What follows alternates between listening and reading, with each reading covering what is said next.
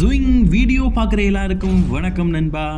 Triple H பார்த்தீங்கன்னா wins மெக்மேனுடைய கண்ட்ரோலில் இருந்து அவருடைய கண்ட்ரோலில் WWE ஆக்கினதுக்கப்புறமா அவருக்கு ஃபேவரான கண்டிப்பாக வின்ஸ் மெக்மேனுக்குன்னு சொல்லிட்டு தேரி ரோமன் சொல்லிட்டு ஒரு சில பேர் பார்த்தீங்கன்னா ஃபேவரட்டாக இருப்பாங்க. அதே மாதிரி ட்ரிபிள் ஹைச் கண்ட்ரோலில் WWE வந்ததுக்கப்புறமா அவருக்கு ஃபேவரட்டான பல ரெஸ்லர்ஸுக்கு பார்த்தீங்கன்னா வாய்ப்பு கொடுத்துருக்காரு. அவர் கண்டுக்காத பல ரெஸ்லர்ஸ் பார்த்தீங்கன்னா இன்றைக்கி இடம் தெரியாமல் இருக்கிறாங்க. அதை பற்றி நம்ம ஆல்ரெடி ஒரு டாப் 10 வீடியோ போட்டுட்டோம்.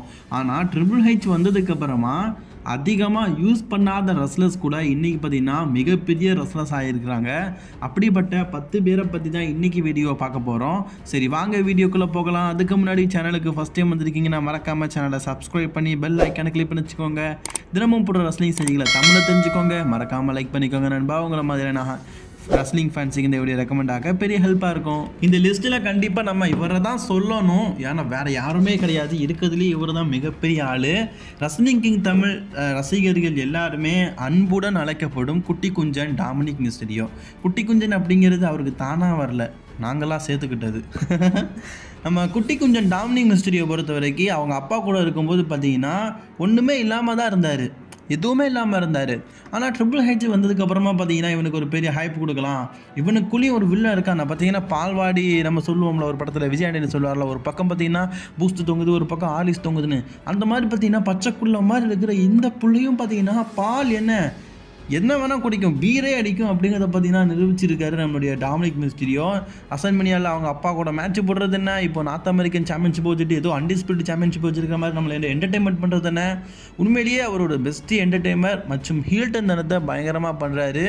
அது மட்டும் இல்லாமல் ட்ரிபிள் ஹைச் வந்ததுக்கப்புறமா பார்த்தீங்கன்னா செல்ல பிள்ளை அப்படிங்கிறத தாண்டி எங்களுடைய குட்டி குஞ்சன் அப்படின்னு சொல்லிட்டு ரசிகர்கள் எல்லாருமே பார்த்தீங்கன்னா அன்புடன் அழைக்கிற அளவுக்கு ரொம்ப மிகப்பெரிய உற்றட்டில் வந்துட்டார்.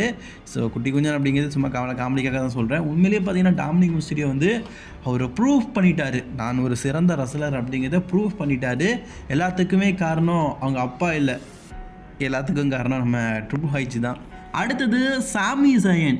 ஒரு மூலையில் பார்த்தீங்கன்னா குப்பாலிடுற மாதிரி இருக்கிற இடம் தெரியாமல் இருந்தாருங்க.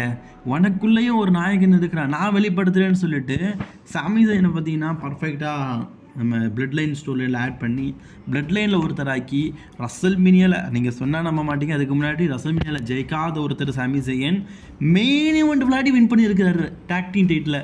யோசிச்சு பாருங்களேன், அந்தளவுக்கு அவருக்கு ஹைப்பு, பயங்கரமான க்ரியேட்டிவ் மைண்ட் எல்லாமே பார்த்தீங்கன்னா ட்ரிபிள் ஹைச் வந்து அவருக்கு கொடுத்து ஃப்ரீடம் ஆக்கி இப்போது ஒரு நம்பர் 1 பேபி ஃபேஸ் ரெஸ்லராக பார்த்தீங்கன்னா சாமி ஜெயின் ஆக்கியிருக்கிறாரு. போன வருஷம் இதே நேரம் இல்லை, போன வருஷம் இதுக்கு முன்னாடி ஏப்ரல் மந்த்தெல்லாம் பார்த்தீங்கன்னா இருக்கிற இடம் தெரியாமல் இருந்த சாமி ஜெயின் இன்றைக்கி பார்த்தீங்கன்னா இவ்வளோ பெரிய உட்டத்துக்கு வந்திருக்காருன்னா கண்டிப்பாக அதுக்கு காரணம் நம்ம ட்ரிபிள் ஹைச் தானே. ஸோ அடுத்தது ரிஹா ரிப்ளே. மாமி ரியா ரிப்ளேயா அப்படின்னு சொல்லிட்டு எல்லாருக்குமே தெரியும்ல. ரியா ரிப்ளே பொறுத்த வரைக்கும் ஜட்ஜ்மெண்ட் டேயில் ஜாயின் பண்ணதுக்கப்புறமா இந்த அளவுக்கு மவுஸ் வந்துருக்குது. ஸோ அதுக்கு முன்னாடி பார்த்தீங்கன்னா ரியா ரிப்ளே இருந்தாங்க, உமன் சாம்பியன்லாம் ஆனாங்க, அந்த அளவுக்கு பார்த்தீங்கன்னா ரீச் ஆகலை. அவங்க எப்போ ஜட்ஜ்மெண்ட் டேயில் ஜாயின் பண்ணி உமன்ஸுக்கான சாம்பியன்ஷிப்லாம் வின் பண்ணி பெரிய லெவலுக்கு போனாங்களோ அப்போ தான் ரசிகர்கள் மத்தியில் ரியா ரிப்ளே அப்படிங்கிற பேர் பார்த்தீங்கன்னா பல பேருக்கு தெரிய ஆரம்பிச்சுது. ரியா ரிப்ளேயும் பார்த்தீங்கன்னா இந்த அளவுக்கு வளர்ந்துருக்குறாங்க. காரணம் யார்? ட்ரிபிள் ஹைச் மாஸ்டர் தானே.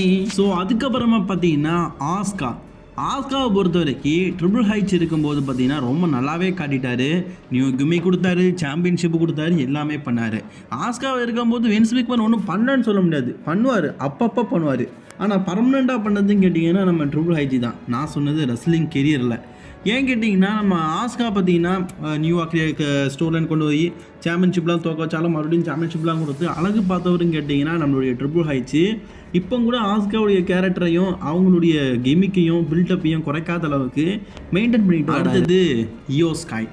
யார் எப்படி வேணாலும் போங்கய்யா, எனக்கு இவ்வளோ தான் பிடிச்சிருக்கு அப்படிங்கிற மாதிரி இயோ ஸ்காயை பார்த்தீங்கன்னா வச்சு செய்கிறாரு நம்மளுடைய ட்ரிபிள் ஹைச்சு. ஏன்னா அந்தளவுக்கு ஓவர் ரேட் ஹைப்பு கொடுக்குறாங்க.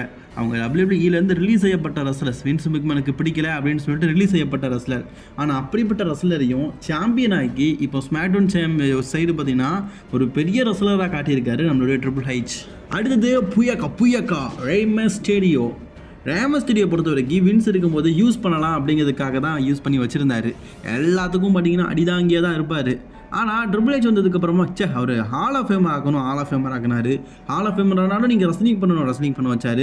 ரெஸ்லிங் பண்ணாலும் நீங்கள் சாம்பியன் ஆகணும் அப்படிங்கிற மாதிரி சாம்பியன்ஷிப்பெல்லாம் வின் பண்ணி வச்சார். ரேமஸ்டரியை பொறுத்த வரைக்கும் பெரிய மேட்ச்லலாம் பார்த்தீங்கன்னா அதிகமாக தோக்காமல் இன்னும் பார்த்தீங்கன்னா வின்னிங் ரெக்கார்டு கொடுத்துக்கிட்டே இருக்கிறாரு நம்ம ட்ரிபிள் ஹெச். ஒருவேளை அவர் பீரியடில் இருக்கிற ரெஸ்லர் அப்படிங்கிறதுனால இந்த அளவுக்கு வாய்ப்பு கொடுக்காரு. அதுக்கப்புறம் இவர் ரொம்ப ரொம்ப ரொம்ப முக்கியமான ஆள் எல்ஐ நைட்டு. எல்ஐ நைட்டை பொறுத்த வரைக்கும் எனக்கு டேலண்ட்டே இல்லைடா, இதுதான் உன் கேரக்டர்னு சொல்லிட்டு ட்ரிபிள் ஹெச்சுக்கு முன்னாடி வின்ஸ் மெக்மேன் கொடுத்ததுன்னு கேட்டிங்கன்னா மேக்ஸ் டூர்பி அப்படிங்கிற கேரக்டர். நல்ல வேலை நான் அதை தொடலை அப்படிங்கிற மாதிரி, நல்ல வேலை அதில் உழலை நம்மளுடைய எல்ஐ நைட்டு. இல்லாட்டா அவரோட கெரியரே பார்த்தீங்கன்னா முடிஞ்சிருக்கும். தான் பழைய கேரக்டர்லேயே வாரேன்னு சொல்லிட்டு ட்ரிபிள் ஹெச்சில் ரெக்வஸ்ட் பண்ணி மீண்டும் எல்ஐ நைட்டாகவே வந்தார் பார்த்தீங்களா.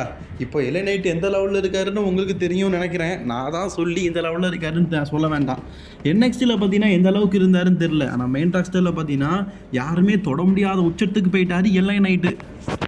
ஸோ அடுத்தது இந்த லிஸ்ட்டில் இருக்கிறது சோலோ சிகாவா. சோலோ சிகாவை பொறுத்த வரைக்கும் NXTயில் பார்த்தீங்கன்னா ஒரு சாம்பியன்ஷிப்பை கூட வின் பண்ணாத ஒரு ஆள். நார்த் அமெரிக்கன் சாம்பியன்ஷிப்பை வின் பண்ணியிருக்காரு. அது பிளட் லைனில் ஜாயின் பண்ணதுக்கப்புறம் தான் வின் பண்ணார். அதுக்கு முன்னாடிலாம் NXTயில் பார்த்தீங்கன்னா குப்பைகளை எப்படி அல்வது என்பதை பற்றி அப்பாலோ க்ரூஸ் கூட சேர்ந்து எழுதிட்டு இருந்தார். மற்றபடி பெருசெல்லாம் பார்த்தீங்கன்னா NXTலாம் அவரெலாம் காட்டலைங்க. ஃபேஸ் டர்ன் பண்ணார், ஹீல் டர்ன் பண்ணார், எது பண்ணால் அவருக்கு செட் ஆகலை. எப்போ ட்ரிபிள் ஹெச் பிளட் லைனில் ஜாயின் பண்ணி விட்டாரோ அப்போ பிடிச்சிக்கிட்டு இறனாரு. இது நாள் வரைக்கும் இறங்கலையே. அதுக்கப்புறமா குந்தர் அவர் எந்த லெவலுக்கு காட்டுறாங்க அப்படிங்கிறது நான் சொல்லி தெரிய வேண்டாம். NXTயில் இருக்கும்போதே பார்த்தீங்கன்னா குந்தர் டாமினேட்டரை தான் பார்த்தீங்கன்னா WWE காட்டினாங்க. ஆனால் ட்ரிபிள் ஹெச்கிட்ட இருந்து வின்ஸ் மெக்மேன் கண்ட்ரோலுக்கு போனதுக்கப்புறமா வின்ஸ் பார்த்தீங்கன்னா இவரோட உடம்பை குறைக்க வச்சார், வாய்ப்பை கொடுக்குறேன்னு சொன்னார். ஆனால் கொடுக்கல, மட்டன் தட்டி வச்சுருந்தார். ஆனால் ட்ரிபிள் ஹெச்சுக்கு முன்னாடியே வின்ஸ் மெக்மேன் பார்த்தீங்கன்னா மெயின் ராஸ்டரில் இறக்கிட்டார். நல்ல வேலை இவரை தோக்க வைக்கல. அந்த ரெக்கார்டையே கொஞ்சம் மாடலேட் பண்ணி இன்டர்கான்டினென்டல் சாம்பியன்ஷிப்பை பார்த்தீங்கன்னா குந்தர்கிட்ட கொடுத்து கிட்டத்தட்ட 1.5 வருஷத்துக்கு மேலே பார்த்தீங்கன்னா ஒரு இன்டர்கான்டினென்டல் சாம்பியன்ஷிப்பை வச்சுருக்காரு.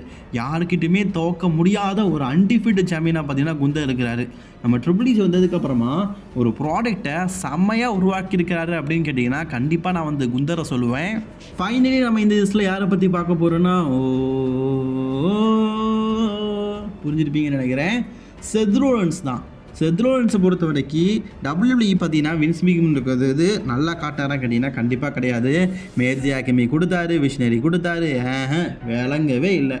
ஆனால் WWE வின்ஸ் மெக்மேன் வந்தோடனே உங்களுக்கு பிடிச்ச கேரக்டர் பண்ணுங்கன்னு சொன்னதுக்கப்புறமா கூட மட்டும் இல்லாமல் WWE புதுசாக வேர்ல்டு ஹெவி சாம்பியன்ஷிப்பை கொண்டு வந்தது கூட பார்த்தீங்கன்னா நீ தான் வேர்ல்டு சாம்பியன் அப்படிங்கிற மாதிரி செத் ரோலன்ஸ்கிட்ட கொடுத்து இந்த PWI இன்ஸ்டியூட்லேயே பார்த்தீங்கன்னா இந்த டாப் 500 லிஸ்ட்லேயே செத் ரோலன்ஸ் தான் நம்பர் 1 ரெஸ்லர் அப்படிங்கிறதையும் பார்த்தீங்கன்னா நிரூபிக்க வச்சார் ட்ரிபிள் ஹெச்.